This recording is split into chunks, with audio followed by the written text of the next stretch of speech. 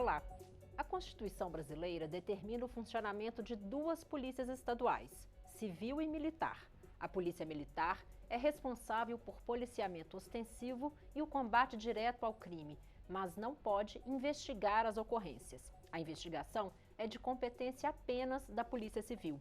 Uma comissão especial da Câmara estuda a ampliação do papel da Polícia Militar com a permissão de atuar no chamado ciclo completo da polícia, realizando também investigações. Para entender melhor as vantagens e desvantagens dessas mudanças, eu converso com dois integrantes do grupo que estuda o tema, os deputados Reginaldo Lopes, do PT de Minas Gerais, e delegado Marcelo Freitas, do PSL de Minas Gerais, vice-presidente da comissão especial. Eu sou Daniela André e este é o Câmara Debate, programa da rádio e da TV Câmara. Deputados, bem-vindos ao Câmara Debate. Deputado Reginaldo Lopes, que vantagens o senhor vê em se ter aí a adoção do ciclo completo para a polícia? Várias vantagens, na minha opinião. Primeiro que esse modelo de meia polícia, ele não existe em pouquíssimos países. É um modelo que não atende mais a sociedade brasileira, até pelos resultados, né? Vamos lá, vamos pegar um resultado sobre investigação de homicídio, porque tem um debate, né, que é o direito fundamental, o direito à vida. Então, acho que crime contra homicídio é um crime que crime contra a vida deveria ser priorizado em investigação. O resultado desse modelo é uma vergonha, só 3% vão a julgamento. 8% tem um processo de investigação, mas que é concluído mesmo, que paga pela sua pena é 3%. Então imagina se fosse uma universidade, ou uma escola, um hospital, que para cada 100 alunos, 97 fossem reprovados. Ou então um médico, um hospital, 97 viesse a falecer na mesa de cirurgia. É só na segurança pública que esse modelo, que na minha opinião, falido, ineficiente, consegue sobreviver. E sobrevive porque, de fato, infelizmente, o parlamento não modifica estruturalmente. Na verdade, eu acho que o Brasil e o mundo está vivendo um pouco isso, que é a política do fake news, né? Para problemas complexos, arruma soluções simples de compreensão. Então, na verdade, acho que falta uma honestidade. O debate não é muito honesto sobre os reais problemas do país e as suas soluções, porque isso implica enfrentar corporações. E nós somos assaltados pelas corporações, várias corporações, né? Inclusive as corporações mais ricas desse país, né? Que é a Bolsa Empresário. Né? Nós temos um orçamento de 2020 que 406 bilhões nas isenções fiscais desse país. E aí vários governos têm responsabilidade de não enfrentar esse tema. Mas também tem o problema do pacto das corporações dentro da Câmara dos Deputados. Como a sociedade não entende sobre segurança pública, é como se a sociedade tivesse terceirizado esse debate e que tivesse autoridade para debater segurança pública quem é agente de segurança pública. Promotor, delegado, juiz, Polícia Civil, Polícia Militar, coronéis. E o povo não participa do debate. E, portanto, aqui na Câmara dos Deputados, eu estou aqui ao 5º mandato, esse pacto continua. Mudanças estruturais ninguém mexe, porque não quer mexer nas carreiras.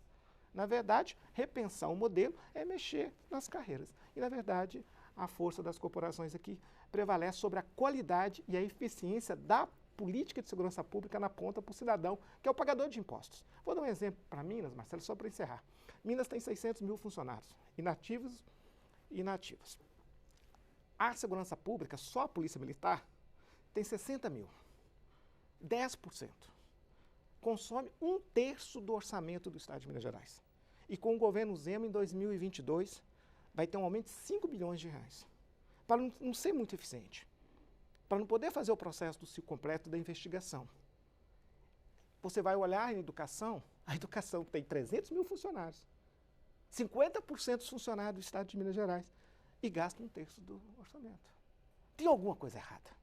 Nós não vamos resolver o problema da segurança pública com mais do mesmo, sem mudar modelos. Einstein dizia isso, repetir modelos e vender para a sociedade a cada 4 anos. E esse governo vendeu isso para a sociedade, que ia melhorar a segurança pública sem nenhum efeito prático. Como também na economia, como na geração de emprego e renda, como combate à miséria, como combate à desigualdade. Na minha opinião, nós não estamos fazendo um debate honesto com a sociedade brasileira. Deputado delegado Marcelo Freitas, o senhor acha que é esse o caminho? Tem que mudar o modelo que nós temos de polícia? Eu não tenho dúvida alguma de que o modelo atual ele carece de aperfeiçoamentos. Dizer que ele é o modelo perfeito, eu seria leviano nesse sentido. Contudo, nós temos que levar o debate sob o prisma da seriedade. Se levarmos em consideração que teríamos duas polícias no Brasil, uma polícia com natureza preventiva e uma polícia com natureza repressiva, ou seja, responsável pela investigação criminal, e se levarmos em consideração que no período de 2012 a 2016, na gestão do governo anterior, nós tivemos no Brasil cerca de 279 mil homicídios, no período de 2012 a 2016, 23 mil homicídios a mais do que a Síria, que se encontrava em guerra civil, nós vamos perceber claramente que o modelo adotado pelo Brasil de prevenção também é extremamente falho. Então, o que eu quero dizer com isso? Eu gostaria de dizer que, por ausências estruturais, se discute o inquérito policial ou a investigação criminal, que é primo pobre do processo penal, que no Brasil realmente é um fracasso. É extremamente dificultoso. Mas eu trago aqui um exemplo bem sucedido. Por exemplo, a Polícia Federal, de acordo com dados do Conselho Nacional de Justiça, ela consegue levar no modelo atual de investigação criminal, apresentar à população um percentual de 95% de resolutividade de suas investigações criminais. O que eu estou querendo dizer com isso? Eu quero dizer de maneira bem objetiva que nós não fizemos os investimentos suficientes, normalmente nas polícias judiciárias estaduais, que permitissem que elas apresentassem um nível de efetividade em suas investigações similar àquilo que é feito pela Polícia Federal, de acordo com dados do Conselho Nacional de Justiça. Aqui não se cuida de dados classistas ou corporativistas, mas de uma outra instituição, que é o Conselho Nacional de Justiça.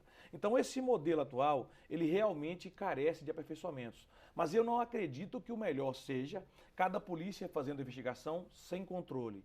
Porque o que observamos? Essa ausência de controle gera abusos. E só para concluir nesse aspecto específico, nesse exato momento, a sociedade brasileira discute a figura do juízo de garantias.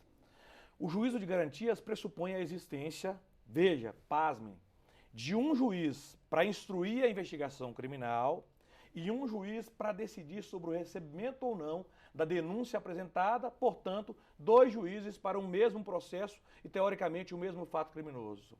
Ora, se isso vai acontecer com os juízes, necessariamente deverá acontecer com o Ministério Público. Então, nós estamos discutindo aqui investigação criminal, do qual o inquérito policial é uma espécie. A investigação criminal tem vários atores, um deles é o Ministério Público. Então, se projetarmos a figura do juízo de garantias, como é que trataríamos essa questão da investigação criminal com dois promotores ou dois procuradores da República atuando em cada investigação criminal? Por esse motivo, o modelo atual, embora apresente deficiências que carecem de aperfeiçoamento, eu repito, ele é bem positivo para o Brasil porque permite que uma autoridade isenta, no caso a Polícia Judiciária, possa investigar, o Ministério Público faça o controle e decida se promove arquivamento, se requer novas diligências fundadas ou se propõe ação penal. Esse é o modelo ideal a nosso sentir. Então, o modelo do ciclo completo pode dar aso a deficiências absurdas, especialmente na prevenção. Porque se há os crimes, significa também que a prevenção falhou. Deputado Reginaldo Lopes, o deputado delegado Marcelo Freitas levantou vários pontos. Eu queria começar lhe perguntando sobre essa questão do abuso. O fato de haver a instância do policiamento ostensivo e depois o investigativo, não ajuda a coibir que haja abusos? Olha, nós votamos uma lei, né, contra abuso de autoridades. Acho que nós já demos um passo num pacto mais civilizatório, né, dos direitos, do devido processo legal. Eu defendo o juiz de garantias, eu acho que é um avanço no processo penal brasileiro, né, acho que o Moro não ia fazer os absurdos e os erros que cometeu sendo investigando e julgando ao mesmo tempo. Isso rompe todo o Código Processual Penal brasileiro e a Constituição brasileira. Eu acho que isso é garantias, né, fundamentais, individuais, devido processo legal, direito do cidadão. Segundo, é lógico que a política de prevenção não é mais polícia. Não é mais polícia, não é mais do mesmo. Né? Um país que 100 milhões de brasileiros vivem com R$403 por mês. 6 pessoas têm renda superior e patrimônio de 100 milhões de brasileiros. E 5% têm renda superior a 95% da população. É evidente que precisa trazer outras variáveis para esse debate sobre segurança pública. Senão nós estamos tratando mais do mesmo. Né? Então, de fato, nós precisamos de uma política que crie uma cultura de paz. Mas é evidente também, você pode pegar todos os indicadores dos países que têm o menor índice de violência para 100 mil habitantes. Porque o Brasil chega, quando é jovens, 70 para 100 mil. Quando é negro é um absurdo, 75%. Né? Nos últimos 10 anos houve uma diminuição. Né? Houve um aumento de 3% para jovens brancos. Para negro, quase 40%. Então nós temos vários problemas estruturais. Temos o racismo institucional. Então tem várias outras variáveis que nós temos que tratar. Mas o que eu acho um absurdo é que nós estamos gastando, somando os entes federados, mais de 300 bilhões com a política de segurança. Eu não acredito que é mais recurso. Talvez mais inteligência, mais equipamentos, mais inteligência. Mas aqui nós temos todo momento, vamos votar agora as guardas municipais se transformarem em polícias municipais. Aí todo mundo vota, faz demagogia, vai no microfone, diz que vai melhorar as investigações, vai combater os crimes. Vamos votar agora a polícia penal. Vai investigar as facções criminosas. Tudo é mentira. Porque todas essas polícias são meia polícia. Não são polícia de civil completo. Os países mais civilizados, a polícia é de civil completo. Quer ter polícia? Que faça todo o processo. Agora, nós temos que modernizar, definir as competências, né, as jurisdições, nós temos que definir, mas isso não é tão difícil. Né? Cometeu 2 crimes, talvez fica com a Polícia Federal, porque repete em vários outros estados, tem a competência do estado, tem a competência do município. Então, eu acho que a gente tem que ter coragem de mudar. Não dá para defender esse modelo mais. É insustentável. E também, o Brasil, será que está mais inteligente que os outros países do mundo? Essa não é a tendência. Isso é muito caro. Né? Não podemos gastar mais recursos. Minas está quebrada, está falida, está devendo, paga atrasado, não paga 13º. E todos os partidos governaram Minas. Não é problema de competência de partido. Né? Governou o PSDB por muito tempo, governou o PT, o PMDB, governo Zema numa aliança com o povo do Bolsonaro. E daí? Então nós precisamos falar, resolver os problemas de maneira estrutural. Eu sou radicalmente a favor de enfrentar esse tema e a gente fazer uma mudança. Né? O Marcelo Freitas cita um exemplo, mas a Polícia Federal, ela também é uma polícia investigativa. Né? Eu acho que é um erro você falar que tem polícia judiciária. Polícia deve ser investigativa. Né? E ela deve ter uma parte da prevenção, deve ter políticas de prevenção, que deve combinar. Por exemplo, Marcelo, você tem algumas regiões em grandes centros, e olha que os crimes ocorrem em 142 municípios. 90 e poucos % ocorrem em 142 municípios. E dentro dos municípios, você tem a faixa territorial. Dentro da faixa territorial, né, você tem lá a idade dos meninos, que é 19, o auge da violência, do homicídio, estou falando mais de homicídio, porque é uma ponta da violência. Né? Tem várias outras violências até o homicídio. Então você tem ali, tem um sexo, que é os meninos, né? Tem a cor. Então, gente, de fato, o que nós estamos assistindo é falta de coragem política de enfrentar esse problema, que é complexo e que requer um conjunto de políticas multidisciplinares. E que nós temos que enfrentar. Não é com fake news, não é com ideias muito simplistas. Eu acho que mudar a estrutura da polícia seria fundamental, na minha opinião. Eu não acredito na unificação de polícia. Eu acho que isso é discurso de palanque eleitoral. Né? Nós já temos 300 anos, 200 e tantos anos que nasceram separadas. Eu acho que falar que vai unificar é para ficar do jeito que está. Agrada os delegados, agrada os investigadores, agrada os coronéis, os oficiais e os pracinhas. E eu também sou contra 2 entradas. Nós criamos uma entrada para as elites, sem nenhuma experiência de chão de fábrica de investigação, e criamos uma entrada para os mais pobres, para chão de fábrica, que, às vezes, o comando dos oficiais tem um pouco de racismo institucional.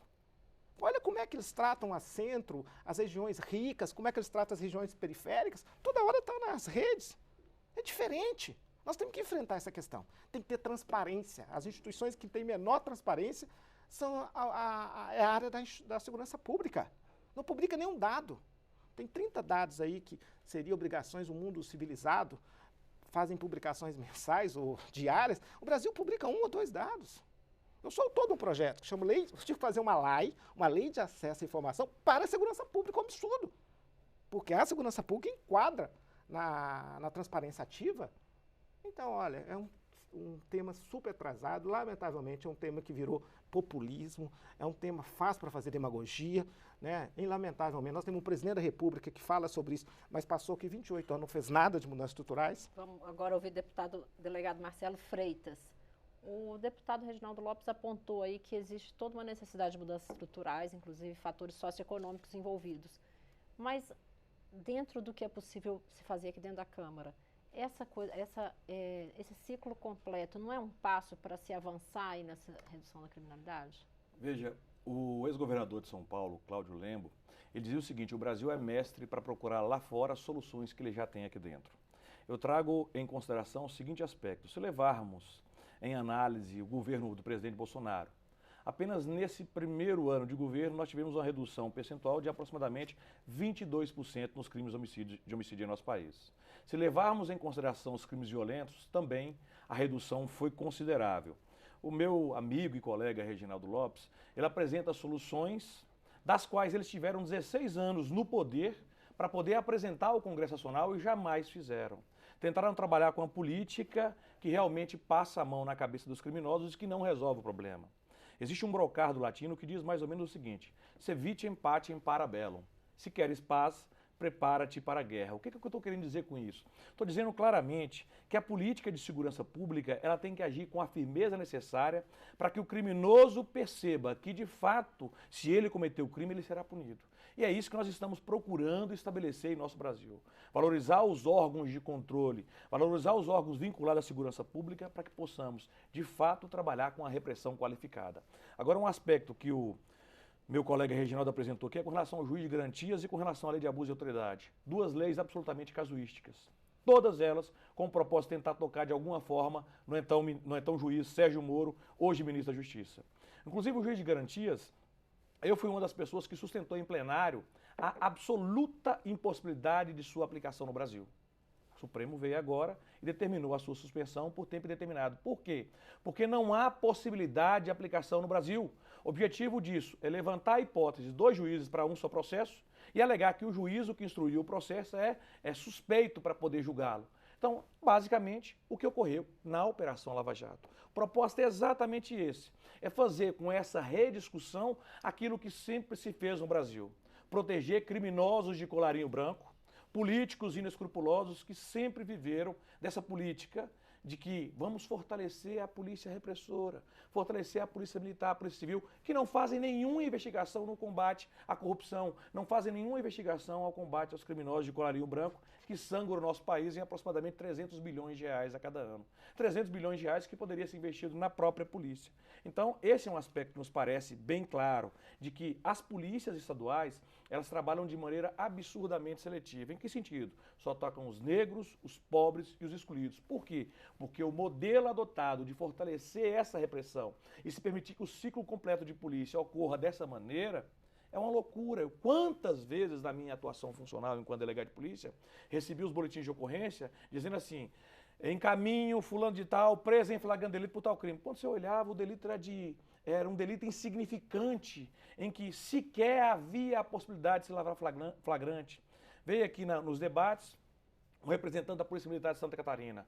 Fizemos no ciclo completo de polícia aproximadamente 250 mil TCOs, encaminhamos à justiça, fizemos isso e aquilo. O promotor do lado, eu perguntei: o que aconteceu com esses termos circunstanciais de ocorrência?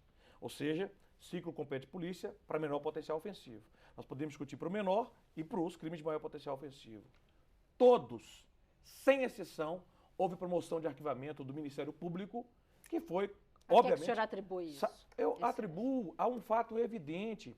Há delitos de menor repercussão, que são esses que eles estão dizendo que devem ser trabalhados, que nós podemos trabalhar aqui com a seletividade da investigação criminal. O que é isso? Uma comunicação objetiva ao próprio Ministério Público Judiciário para poder arquivar. Nós, da Polícia Federal, já fazemos isso, por exemplo, com cédula falsa. A apreensão de uma cédula falsa de uma pessoa que não possui antecedentes não dá asa à instauração de um inquérito policial, não dá asa à elaboração de um auto de prisão em flagrante delito, movimentando toda a máquina estatal. Outro exemplo, descaminho. Até 10 mil reais, ou seja, aquela pessoa que introduziu no Brasil aquela mercadoria sem o recolhimento do tributo devido. Não dá asa à instauração de investigação criminal. Obviamente, a Polícia Judiciária, com tantas investigações criminais sem qualquer sentido, não conseguirá dar cabo. Esse é o maior problema. Então, vai lá na ponta, o militar pegou alguém, conduziu, levou para a delegacia, na hora que olha, uma investigação inútil, que certamente vai ser arquivada lá na frente. Então é preciso estabelecer a seletividade da investigação criminal. Como? Estabelecendo a descriminalização de algumas figuras. Por exemplo, a questão do próprio uso ou abuso de drogas, que dá asa à maioria dos termos circunstanciais de ocorrência feitos pelas polícias militares do outro país. E para concluir, um outro aspecto apresentado pelo Reginaldo, Ele diz o seguinte, ora, a polícia hoje é uma espécie de entrada única, nós temos que trabalhar com 2 entradas. Pessoas que sequer trabalharam com chão de fábrica, agora vêm e dominam a investigação criminal, por exemplo. Isso é um discurso mais bravateiro, mais falacioso que existe. Mais falacioso que existe.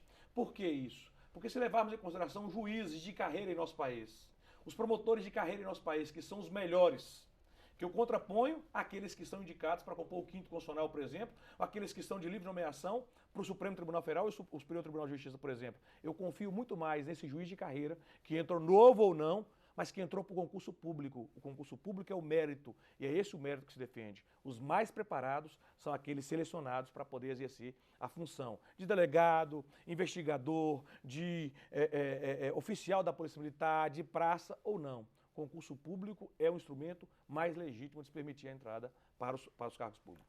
Deputado Reginaldo Lopes. Então vamos lá. Primeiro, ele tem bastante concordância com o que eu estou dizendo da incompetência das polícias hoje. Porque em São Paulo, a Polícia Civil, vamos dar um exemplo da Polícia Civil, ela faz o boletim de ocorrência. Né? Então, em Minas Gerais também, a Polícia Civil faz o boletim de ocorrência. Em São Paulo foram 40 milhões. Investigados foram 0,019. Já existe uma seletividade? Sim, já não são investigados. Só tem que ter um problema. Você fica gastando estrutura, tirando a polícia preventiva para ela ficar levando pessoas que poderia ser resolvida ali online, numa justiça comunitária, né, restauradora, que poderia ter mediação, porque às vezes a não mediação imediata é que leva um próximo conflito aí, na verdade, começou numa briga e termina num homicídio. Então é evidente que esse modelo está falido. Aí ele vale para fazer a propaganda da Polícia Federal. E cita o meu governo. Quem reestruturou a Polícia Federal e a carreira foi o nosso governo. Quem criou a lei de transparência, depois a lei de delação, as leis no país, foi o meu governo. Eu sou autor, inclusive, da lei de combate à corrupção, que é a LAI. E eu não estou aqui defendendo bandido. O problema do bandido que eles fazem discurso que eles querem prender, eles prendem 3% quando é crime contra a vida. Agora, delegado prende muito bandido, quando dá voto. Muito fato político, artista, é muito seletivo, não há. Quanto crime contra a vida, não está nem aí, o Brasil é patrimonialista. O que a justiça está aqui para fazer investigação patrimonialista, que deve fazer. Acho que a corrupção tem que ser investigada e tem que ser condenada. Ninguém que está defendendo. Esse é o problema do debate. Então, é evidente que há uma defesa corporativa. A Polícia Federal continuará sendo a polícia mais importante. No Estado, a Polícia Civil pode ter outro papel, da grande inteligência. Por que não? Agora tem que ficar, na região dele, por exemplo, tem que pegar uma pessoa itaúbeira, botar no carro, tirar lá da polícia preventiva, andar 10 horas, fazer a prefeitura quebrada, pagar gasolina, pneu, carro todo ano, para levar lá em Montes Claros, para encontrar um delegado, quando encontra, demais 10 horas, que gasta 30 horas. É dinheiro público, é gasolina e vai gastando. Esse é o país que joga dinheiro para cima, nós devemos ser muito ricos. Muito. Para jogar dinheiro tanto para cima assim. E por que não mexe? Porque não pode meter nas corporações. Há um pacto aqui. Pode tudo, menos melhorar a qualidade da segurança pública. E esse índice de melhorar os homicídios, vamos ser bem sinceros, só reduziu em estados que agregou outros valores, políticas sociais, que fez o gabinete integrado com outras políticas. É o estado do Nordeste, perseguido por esse governo ideológico. Porque os exemplos da política do Dória, do Rio de Janeiro, do mata-mata, está matando. Mas porque mata negro, mata pobre, mata criança de 8 anos. Não tem problema. As elites brancas não estão nem aí para isso. Os deputados não estão nem aí para isso. Permita um contraponto. É só para se ver. Eu até aceito, eu vou utilizar Voltaire para dizer que não concordo com uma palavra que dizeis, mas defenderei até a morte o direito que tem de dizê-las. Por que isso? Olha só, estamos apresentando uma crítica aqui veemente aos órgãos de controle, apresentando a sua ideia de falência. No entanto, nós prendemos, é isso que eu estou querendo ressaltar, no Brasil, cerca de 820 mil pessoas.